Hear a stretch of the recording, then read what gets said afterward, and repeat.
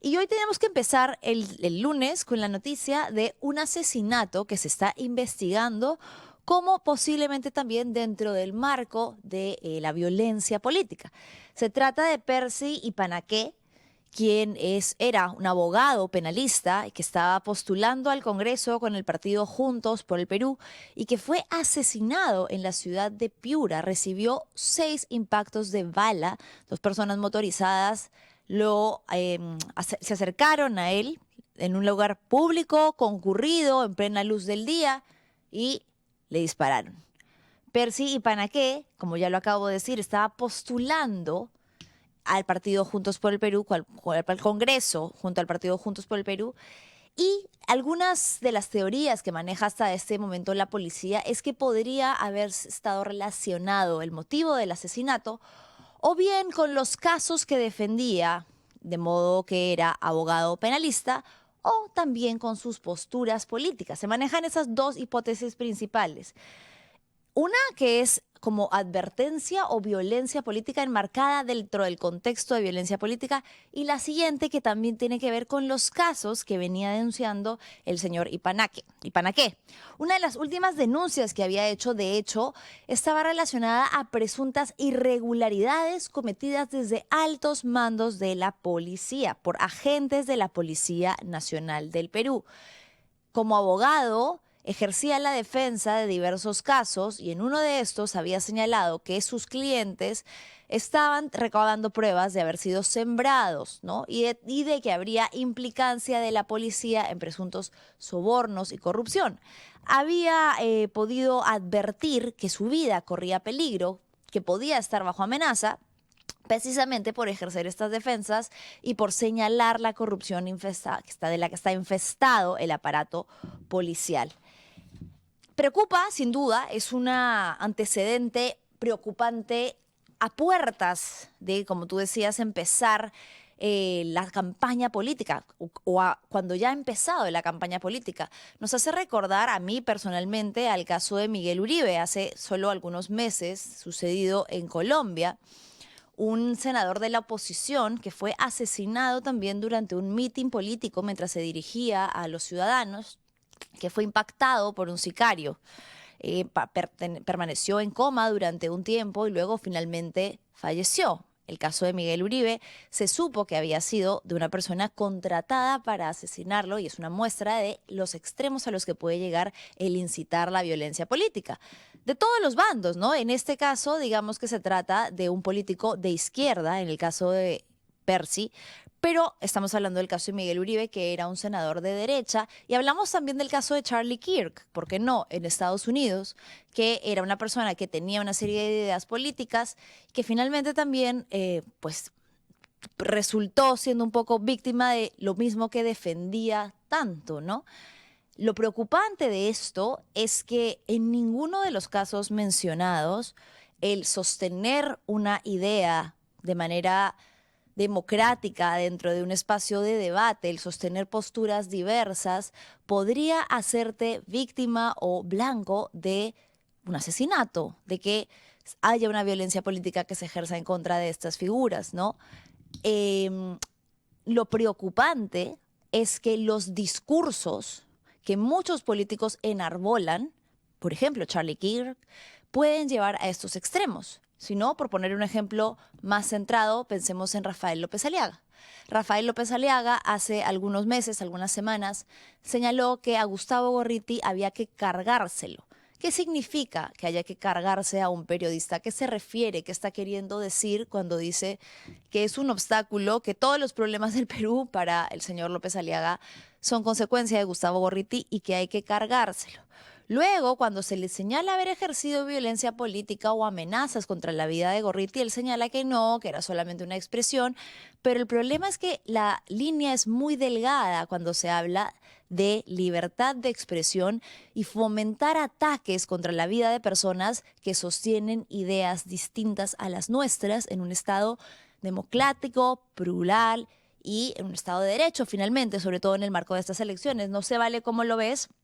Es preocupante que sea una persona asesinada en este contexto previo a la contienda electoral. Ya algunos medios lo han titulado como el primer asesinato en el marco de la violencia política. Sí, y sabes, hay algo que tú has mencionado que es muy importante y es que los discursos no son palabras efímeras, sino que hay algo que tenemos que tomar en cuenta y es que las personas que se paran frente a un micrófono, frente a cientos y miles de personas, ya tienen una responsabilidad de qué es lo que están hablando. No es que fue simplemente una expresión, es que fue simplemente algo que se me ocurrió.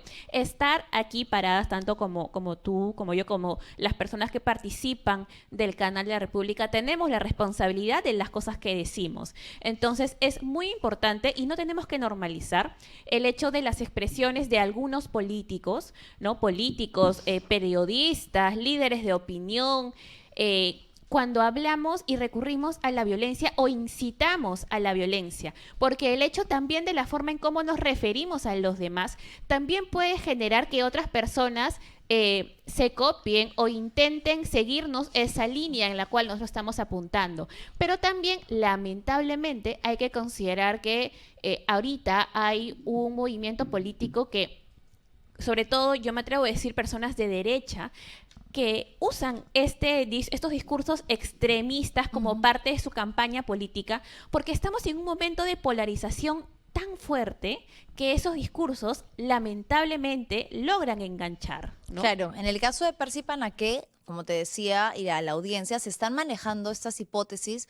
Una señala que podría ser una advertencia por su activismo y sus políticas, como a nivel más dentro del plano de lo que se estaba postulando al Congreso y lo que sostenía dentro del activismo de la izquierda o de las izquierdas.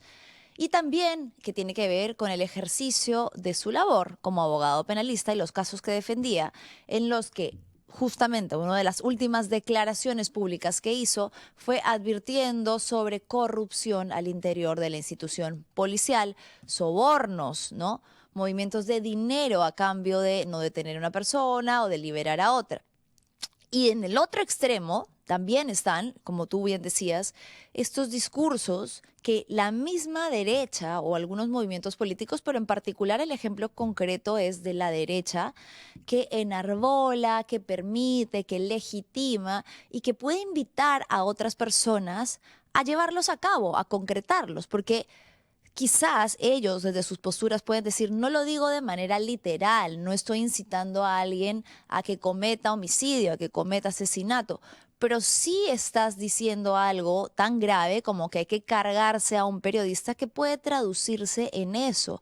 Sí estás diciendo a una mujer activista que lleva mucho tiempo sufriendo postrada por una enfermedad terminal, que tú no le vas a otorgar el derecho a una muerte digna, sino que si se quiere matar, que se lance, ¿no? De un cuarto piso, ¿no? Eso Manu, es violento, es violencia, son discursos violentos cuyas consecuencias muchas veces los autores o quienes las dicen todo el tiempo no miden cómo pueden concretarse y la gravedad de lo que esto puede generar. Sí, cuéntame.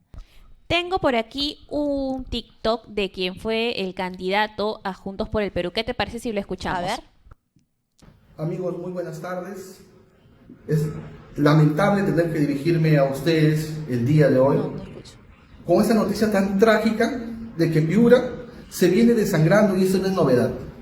Nos están matando y la policía no está dando una respuesta a las alturas para acabar con la inseguridad ciudadana, con el sicariato, con la extorsión. El día de hoy, lastimosamente, han matado a un dirigente de Confusión Civil, al compañero Francisco Castillo Navarrete, acribillado a balazos, acribillado con las balas de la desidia y la corrupción de la institución policial y de empresarios corruptos. A Castillo Navarrete no lo han matado otros gremios de construcción civil. Estamos seguros de ello.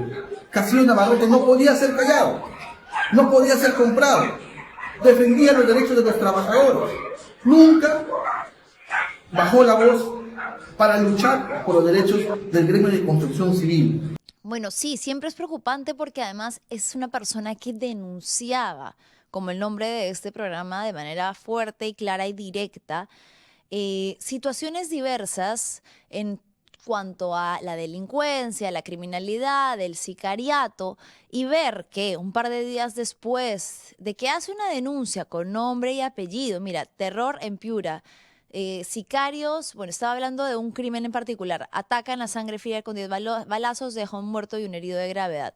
Cuando está hablando de, o está denunciando la violencia desmedida y sin duda está haciendo un pronunciamiento político, porque tiene que ver finalmente la seguridad ciudadana con la política y además porque está el logo del partido para el que él estaba postulando, y que días después de hacer esta denuncia, de la misma manera en la que ya había hecho otras anteriormente, sea asesinado, interceptado de esa manera para recibir 6 impactos de bala, lo que quiere decir que era un ataque directamente hacia él, pues es, por decirlo menos, es grave, es preocupante.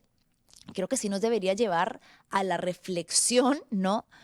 Nuevamente, reitero, de las consecuencias que pueden tener los discursos políticos.